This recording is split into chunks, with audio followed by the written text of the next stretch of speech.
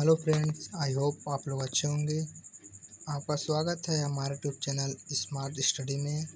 तो आज की इस वीडियो में हम लोग कक्षा 10 के जो सामाजिक विज्ञान है उसका पहला चैप्टर यूरोप में राष्ट्रवाद का निर्माण के विषय में जानेंगे। तो चलिए वीडियो को शुरू करते हैं। पहला है यूरोप में राष्ट्रवाद का निर्माण कैसे हुआ।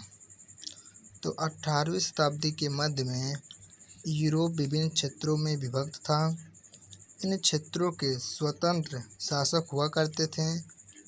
ये स्वयं को सामूहिक पहचान या किसी समान संस्कृति का भागीदारी नहीं मानते थे। यह अलग अलग भाषा बोलते थे और विभिन्न जातीय समूह के सदस्य थे। यह स्थितियां राजनैतिक एकता में बहुत बड़ी बाधा थी। इन विभिन्न प्रकार के समूह को आपस में बांधने वाला तत्व केवल सम्राट के प्रति सबकी निष्ठा थी।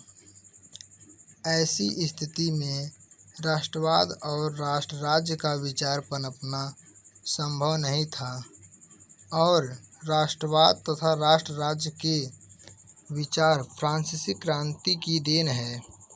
सन 1789 ईस्वी में फ्रांसीसी क्रांति ने आधुनिक राष्ट्र राज्य के लिए मार्ग प्रशस्त किया।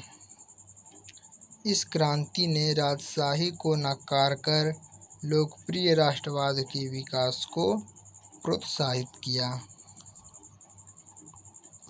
अब आता है वियना की संधि। सन 1815 ईस्वी में यूरोपीय शक्ति जैसे ब्रिटेन, रूस, प्रशा और ऑस्ट्रिया, जिन्होंने सामूहिक रूप से नेपोलियन को हराया था। नेपोलियन को हराने के बाद इसके प्रतिनिधि एक समझौता के अंतर्गत वियना की संधि हेतु सहमत हुए।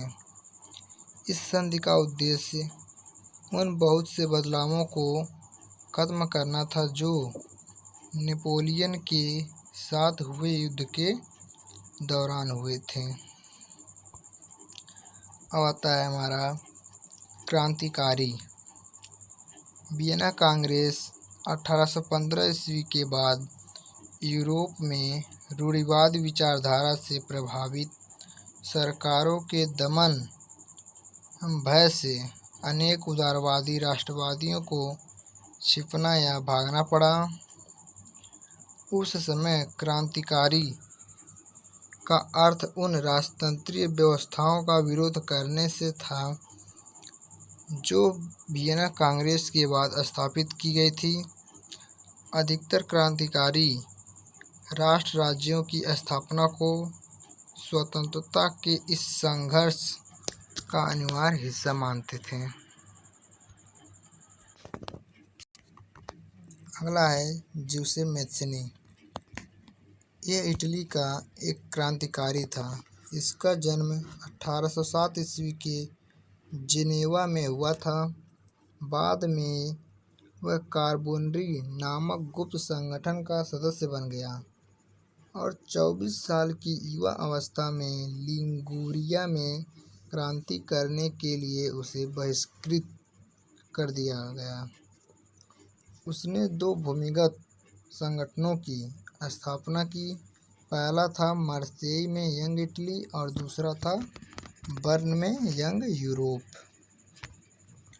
और मैज़िनी का विश्वास था कि ईश्वर की इच्छा के अनुसार राष्ट्रीय मनुष्यों की प्रकृति इकाई है, अतः इटली छोटे राज्यों और प्रदेशों के रूप में नहीं रह सकता था।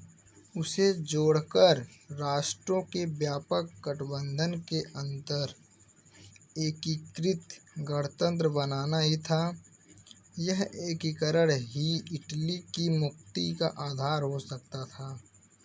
मैज़िनी के इस एकीकरण के मॉडल की देखा-देखी जर्मनी, फ्रांस, स्विट्जरलैंड और पोलैंड में गुप्त संगठन बनाए गए। तो आई होप आप लोगों को हमारा वीडियो अच्छा लगा होगा। तो चलिए मिलते हैं पार्ट 2 में।